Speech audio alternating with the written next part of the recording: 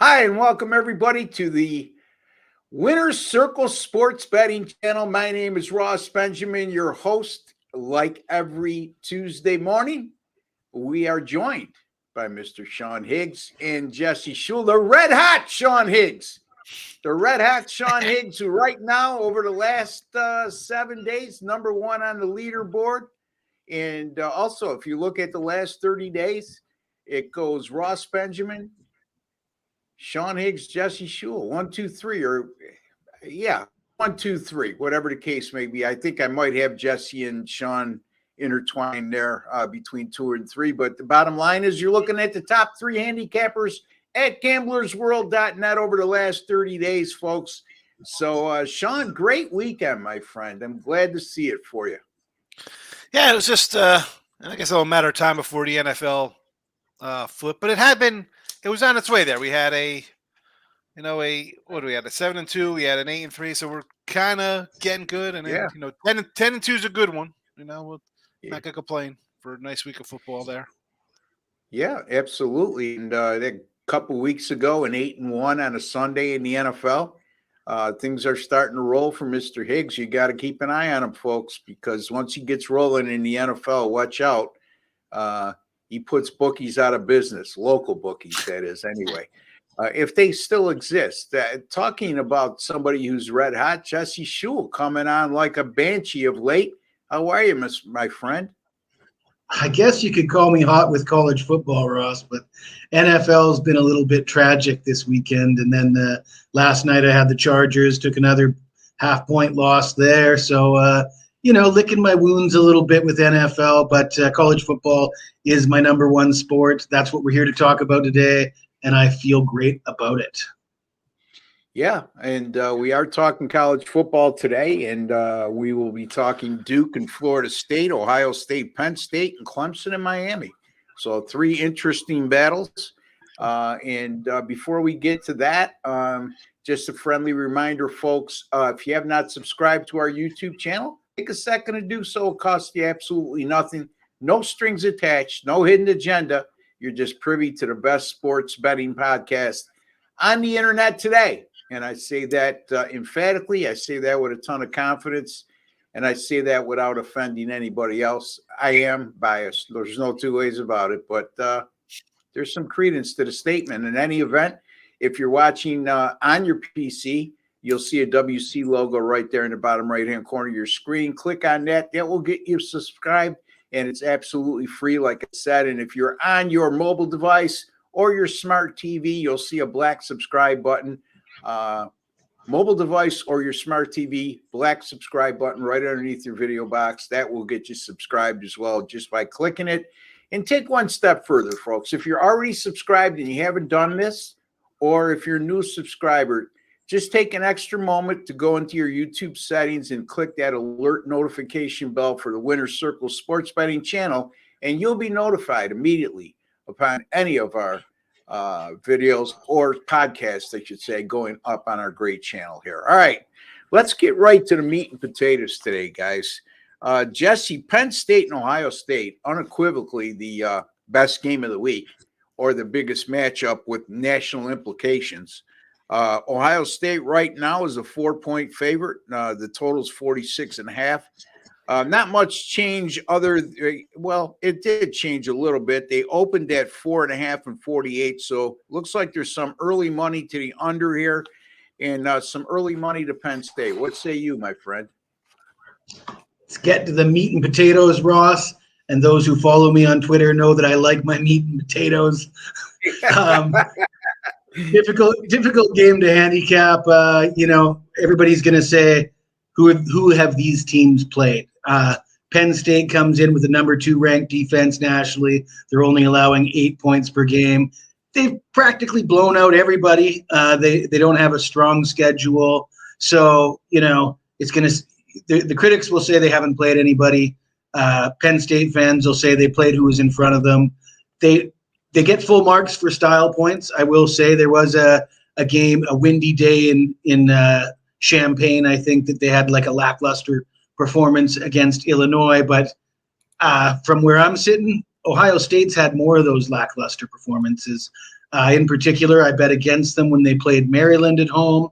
And Maryland gave them all they could handle in the first 3 quarters of that game. If Baby Tua wasn't turning the ball over, there could have been a potential upset in the works in that game. What I see in this game is I'm not going to dwell too much on the strength of schedule. I know somebody said the other day that we don't talk about our feelings and what we think, but I'm kind of going to go eye test here. And the eye test says Penn State might be the better team. And I'm looking for evidence to back up the fact that Ohio State's the better team, and I'm not seeing it. Kyle McCord at quarterback, very underwhelming for me. You look at him as you expect every year. Ohio State has these great quarterbacks. You can start naming them. You got your Dwayne Haskins, your C.J. Stroud. The list goes on. This guy's not one of those guys so far. He's got 11 touchdowns and a pick, which is through 6 weeks. That's all right. But you look at his Big Ten games. 5 touchdowns, 1 interception in 3 games in the Big Ten.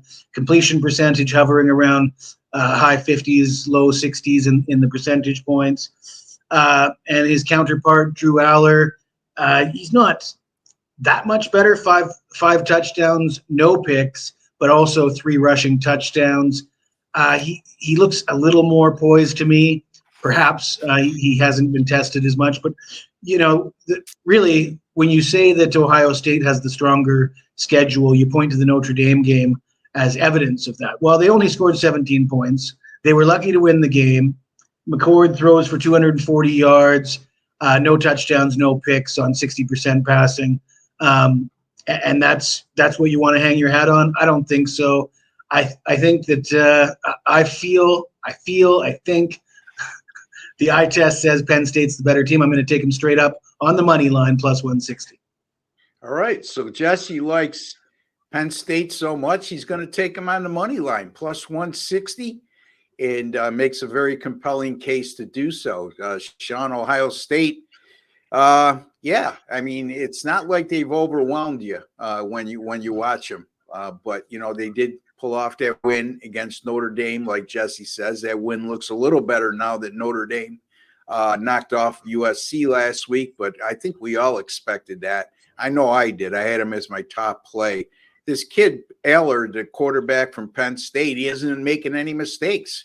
And that's something to say for a freshman, Sean. But, again, he hasn't been tested like he will be in Columbus on Saturday before over 100,000 people. Your thoughts? Well, I actually have I got the side and total posted already on the sites for this, but I'm going to give you here. I'm going to side with Jesse. I'm going to leave the side up as I'll have that up as a package, I guess, for the weekend. But give me Penn State here. I'll take the points though too as well. I'll go both little halvesies. Give me whatever points. I think I had I think a 5 or a 5.5 on the site when it opened up at 4, maybe whatever. Give me the Jesse. What am I going to add to Jesse's comments here on Penn State? I like Penn State as well. There you go. And I'm going to have a premium play on this game. So I'm going to pass on any kind of comments toward that. And again, folks, you can find all our subscription plans, not only just our daily picks, but our subscription plans over at gamblersworld.net. And our 30-day plan for $4.99, our 7-day plan for $1.99. That gets you every sport, all selections that we put out. And the best part about that, folks, it's guaranteed. And what I mean by that is if you don't make a profit through the course or at the end of the expiration date of those plans, we will credit your account the exact amount of your purchase price, whether it's $99 for 3 days, $199 for 1 week, and $4.99 for a month. And hopefully that's a moot point because it has been in most cases. And like I said, the 3 of us right now are on top of the leaderboards in several categories. And I would hope that you would invest some money in us long-term and just not judge us on 1 day's worth of work, because whether we win or lose, that's not a great assessment, folks, for 1 day. But, if you like to dabble in once in a while, we're not going to stop you, and we'll do our best to put you in the winner's circle with no pun intended. All right, Sean, Clemson at Miami. 8 o'clock Eastern time. Saturday evening. This is an intriguing matchup because Clemson coming off that lackluster 17-12 win over Wake Forest. That was preceded by a dominating win at Syracuse. That win doesn't look so great right now after you watch Syracuse the last few weeks. And then Miami off, that debacle, I should say, against Georgia Tech, which I'm not going to rehash that whole thing, losing as a 22-point favorite in bizarre fashion at the end, and then losing at North Carolina 41-31. So Clemson opened at 2.5. They're up to 3.5, Sean, and the total 48.5. What do you got for us, my friend? Yeah, well, you see, I got the big U behind me, but it's I'm not happy with that, and I like Clemson here. Yeah. The Georgia Tech debacle, and then you had a North Carolina debacle. Like second half, you're fumbling, interceptions, stop on downs, turnover. I mean, this team just plays. It falls apart. Where's the heart with these guys? No heart. There's no. Let's get up off the mat for a little bit, and then things go awry and they collapse. And I'm not a big Clemson guy. Like they lost. I was like, man, double digits on the road to Duke. Do you like Duke in that spot? Okay, they lost to Duke, but we saw Duke looks like they're a competitive team, right? They battled the Notre Dame squad. So that, believe it or not, I don't think that's terrible. They probably overlooked it because it was that. They could have won at Florida State. Yeah, they had a lackluster Wake game. But again, you're going in, here they are. Now they're off their bye week. So maybe they kind of exploded late versus Syracuse. Wake Forest, like whatever, 20-point faves. Let's just get to the break. We got Miami on deck. Go there, make a statement. And why would it? The last 4 times they played, again, this is 2022, 2017, and going back to 2015 when they won 58-0. 178-30. Yeah. What? Yeah. What? And okay, Miami beat A&M. Okay. Whoa. Yeah, A&M's Clemson got has a better losses, defense. right? Yeah. I think Clemson's got a better coach. I don't care that he looks. The funny thing is, like, they get like kicked down, like, oh, it's they're not good anymore. Well, I guess you're not good when you should go into the playoffs and a championship game every other year. So they're not that level, maybe, but I think they're better than Miami. And I'm a Miami guy, but no, thank you. 3.5. Let's go, Tigers.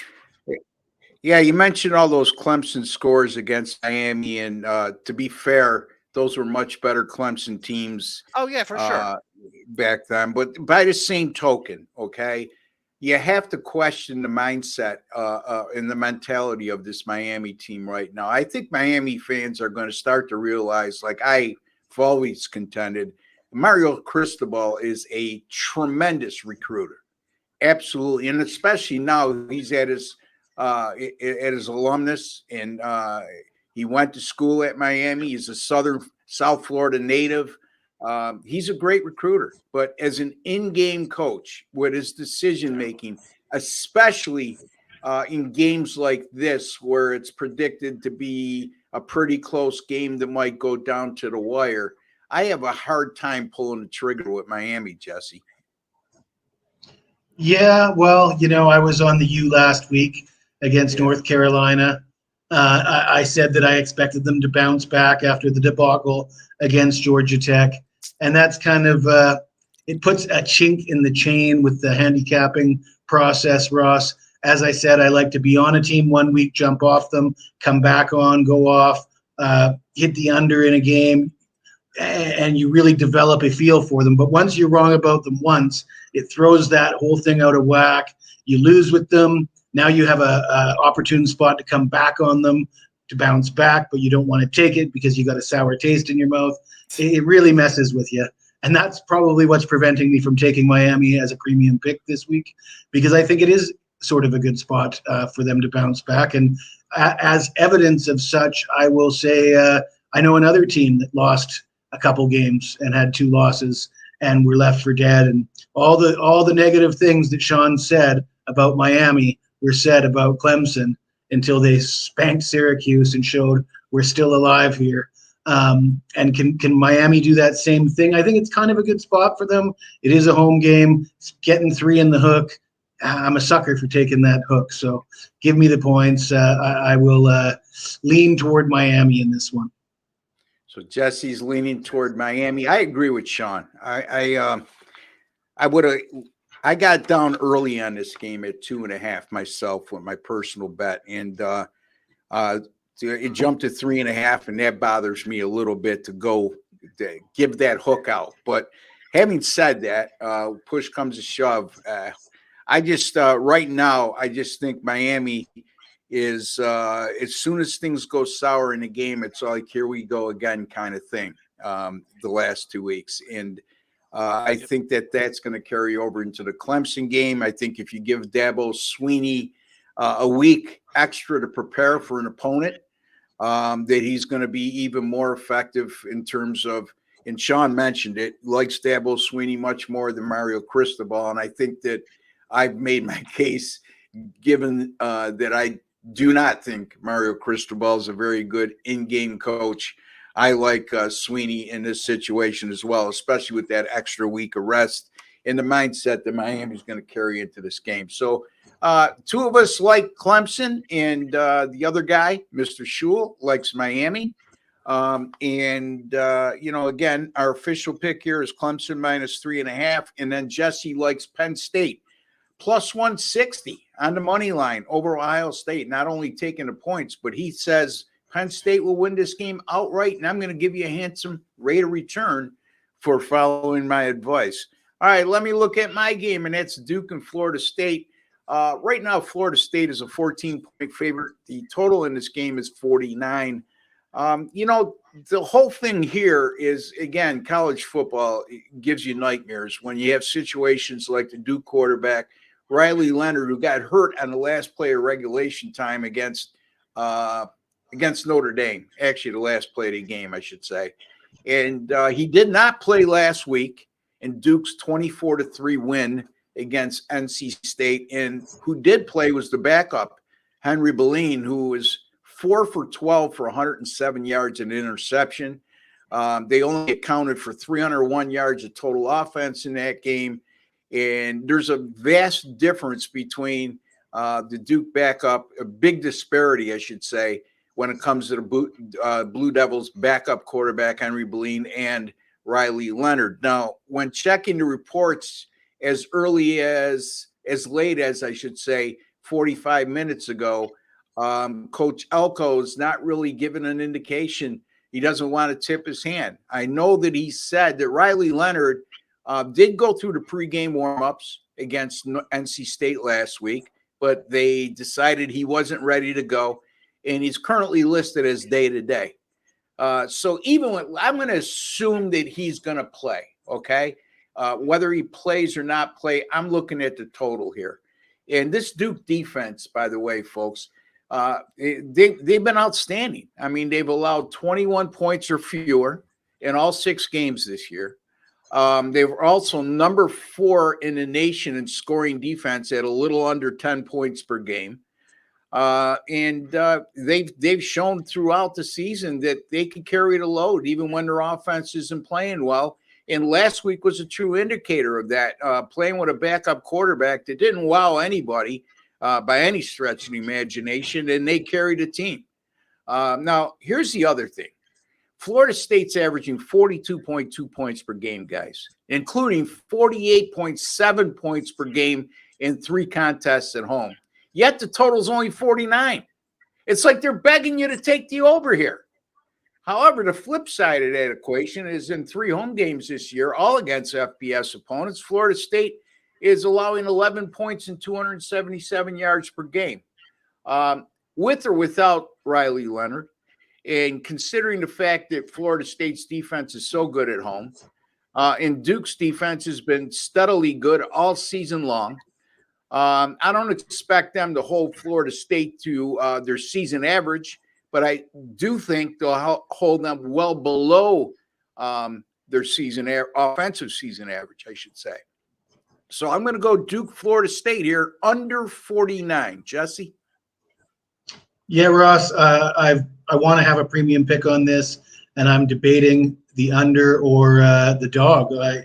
If Riley Leonard's back, if I believe he's back and he's able to be mobile, because he's the kind of guy that he's not going to be very effective if they rush him back and he can't run. that's not where they want him to be, and that would support your underplay. And then that if I felt that Riley Leonard was less than 100%, I'd probably lean on the under. But I also like Duke. I'm a big believer in this team. Their defense is for real. You just look at last week. I mean, not just last week. Obviously, the game against Notre Dame, and the game against the next Clemson. Yeah, both those games very impressive. You can't say strength of schedule is an issue when you're allowing single digits and you played that schedule. You got to say they're for real. And NC State last week. I mean, this is an NC State team that scored 40-something the week before, and NC State's played Notre Dame. NC State's played all these teams, and nobody's shut them down to that degree that Duke did last week. So, I think it's going to be a low-scoring game, 27-17, something along those lines, and that score line has Duke covering as well. So my leans are both to Duke and the under. Yeah, and Jesse and Sean, Duke only had 301 yards of total offense last week, but 194 of those yards came on the ground. And if Florida State does have a weakness defensively, you can run the ball on them. They're giving up 141 yards per game. And playing head coach just for a minute, if I'm game planning here, and even if Riley Leonard does play, as Jesse alluded to, I can't believe he's going to be 100% healthy. I'm going to lean on my running game and try to control the clock and depend on my defense here. And the other part of the equation, Sean, I don't know how you look at this, but when I mentioned Florida State's average point per game, overall 42.2, at home 48.6, and the total's 49. It's like, to me, I trust the odds maker in this situation. And what's your thoughts? Yeah, I think the total could go either way, believe it or not. I look at some of these home scores here. They gave up 3 to Syracuse, 17 Virginia Tech, 13 Southern Miss, and 24 to LSU, who we've seen LSU score. Yeah. They can score, they can't play defense. And in their road games, well, it's on the road. They're a little closer. Yeah. I like Florida State minus the points here. I think they could get to 40, believe it or not. Duke, they've having 21 points most they've given up, but they don't score anything either. I mean, 41 at Connecticut. Really? Northwestern, they played at home. They put 38 on. But how's Northwestern? No coach. They got a lot of issues. Lafayette, you look back in their past games, losing at Pitt, losing at Louisville, losing at NC, all on the road, giving up points on the road, 60, 38. I mean, last year they gave up 62 to Louisville. Yeah. I mean, I don't trust them on the road. Road's a little different than home. We saw that with just Florida State at BC played a close game, right? Oh, my goodness, they're going to get picked off. Clemson, close game. Well, Clemson's a little better. But you go on the road in college, we've seen it time and time again. Teams don't look good. I mean, I know that kind of contradicts my Clemson coming in off of by Miami, but Clemson's a little different than Duke, believe it or not, I think. I believe Duke has played, to your point, Duke has played 5 of their first 6 games at home. Only game was at Connecticut.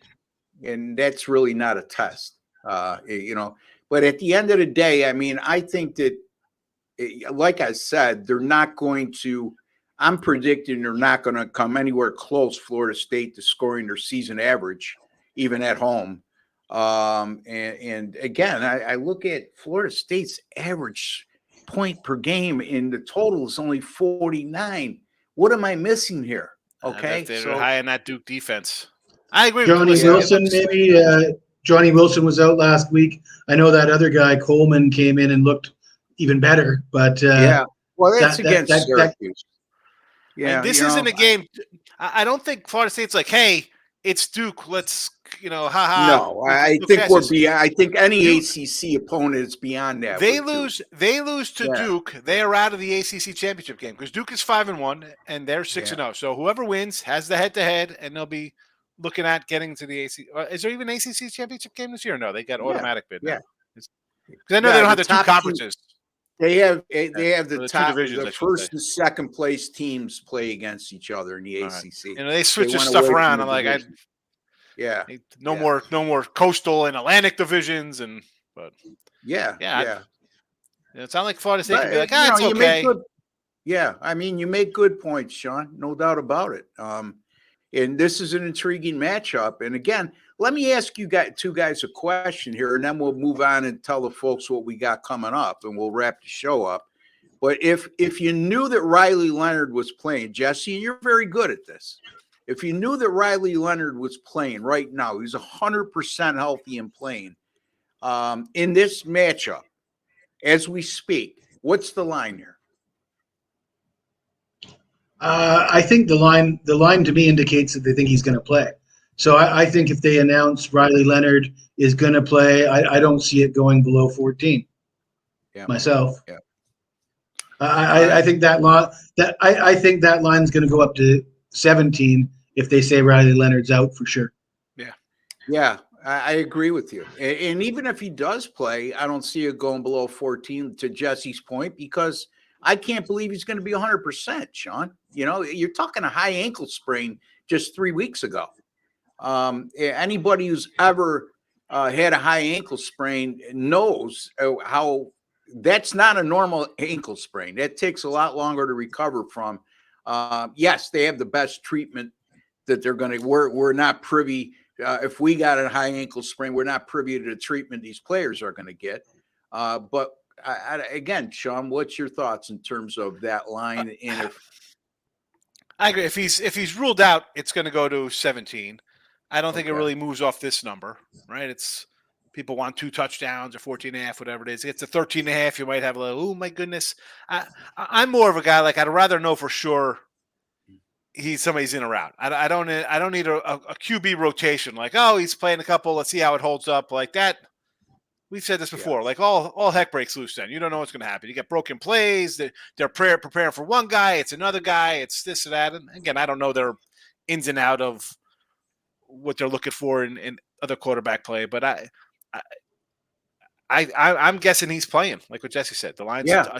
It was 2 touchdowns in August. Even with Duke playing better, it hasn't really moved much. So, and I agree with both you guys on that. I think this line indicates that they think he's going to play. And if you have the mindset that Sean has right now, with or without him, I like this number as we speak. And even if we know he's going to play, this line, if you're waiting on Florida State and thinking you're going to get a better line because Riley Leonard is deemed to be playing on Friday, that's probably not going to be the case, and you're probably going to get a bad number by waiting. So even I would say, I'm going to say, Russ, if you're looking to take Duke, thinking, oh, I'm going to wait, see what I hear. You're going to lose out either way. You know, you think if you're only going to bet him because he's going to play it, take it now because it's only going to maybe somebody buys in, it goes to 12 or something. You're like, oh wow, I can't movement. It's not like you get a better number if you're hoping for him to play for a good number with him as quarterback. Well, you take it now. Or wait till kickoff and say, "Oh, I'll take 16." I mean, you could wait and get maybe a 17 if they rule them out. But where does your odds and probabilities go? So that's yes, you're getting a better number. But I just mentioned the backup quarterback and his numbers last week. There's a discernible difference between him and Riley Leonard. There's no two. I know it's one game, but again, using Jesse's analogy on eye test, if you watch that game and then you watch past games with Riley Leonard at quarterback, they're a whole different offense. Okay, with them now, I think that the only thing, like I said, that if Duke is game planning, I gotta believe that they're going to lean heavily on the run game here either way, because you can run the ball in Florida State, shorten the game, help your defense out a little bit by keeping Florida State off the field. We'll see. An intriguing matchup. But, again, a lot is predicated on the status of Riley Leonard. And I would say if you like Duke, I would wait. And if you like Florida State, I'd get down right now. So that's my feeling. Oddly enough, Ross, the line of 14 indicates to me that they think Leonard's going to play. But the total sort of indicates opposite. The total of 49 sort of suggests that they think the backup's going to play. Well, maybe he starts and then he plays for a quarter and a half and the game's 36. Or he's or he doesn't. He's not his normal self. Which, if you watch Riley Leonard play, he's one of the more mobile quarterbacks. I think his mobility again, I don't want to say he's one of the more mobile quarterbacks in all college football, but I think his mobility and his ability to beat you with his legs is vastly underrated. And not just that, but it's the physicality that he plays with, how physical he plays as a quarterback. And you can't do that on a bum leg, right? No, absolutely not. Okay, so our official picks, Penn State plus 160 on the money line over Ohio State. That's from Jesse Schule. Sean Higgs likes the Clemson Tigers minus 3.5 on the road at Miami.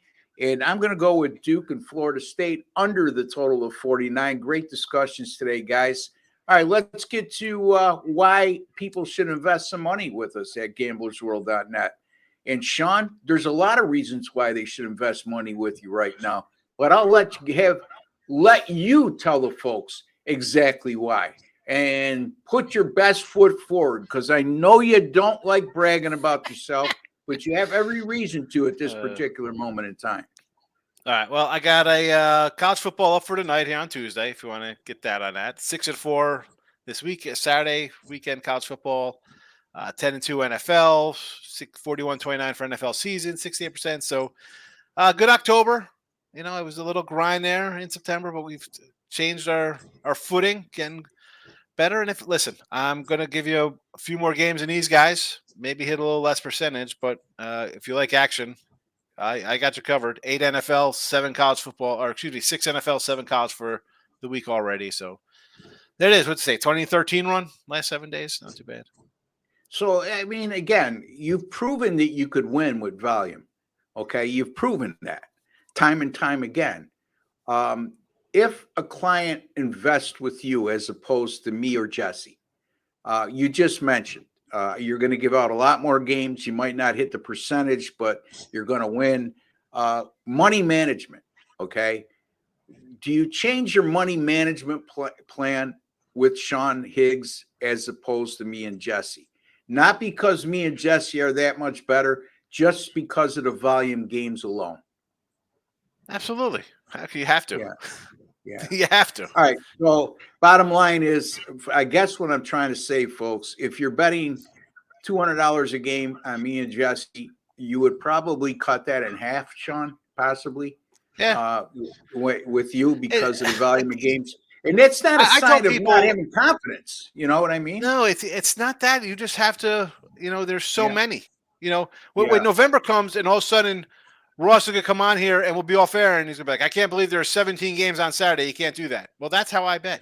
I'm not betting $4,000 a game on 17 games. There's games, and whether they're $150 or $300 or you're betting a quarter a game, a quarter $25, not even, big chunks. Everybody's bankroll's different, and me and Jesse talked about this the other day. Somebody's like, "Oh, I've lost with your picks," and Jesse's like, "Well, how did you lose with mine?" People are gonna bet how they bet anyway, whether I give them 4 games or 40 games on a weekend. That's why I'm bringing up money. They don't have the discipline, Ross. I try to say discipline that you have to. That's why I'm saying with the identical bankroll, if you were to invest with me and Jesse, with that identical bankroll investing in Sean, instead of betting 5% per game with me and Jesse, 5% of your bankroll per game with me and Jesse, or somewhere in that area, you're going to bet 3% with Sean. Yeah. It's not a sign of weakness, folks. I'd say go 1. I'd say because a person can't handle a 3-7 day. They go 0-3. The sky's falling. The sky's falling. The Niners lose and the Eagles lose. People are on the street after Sunday. Like, oh my goodness, what happened here? I put it all on Buffalo to bail out. They can't cover. Backup quarterback. They're lucky they won outright. In any event,